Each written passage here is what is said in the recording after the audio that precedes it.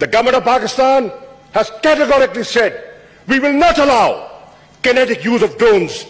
nor are we interested in the surveillance of your drones. That's a very clear-cut policy of this government. And I, with the permission of the Prime Minister and enunciating the policy of the Cabinet, want to assure this House that please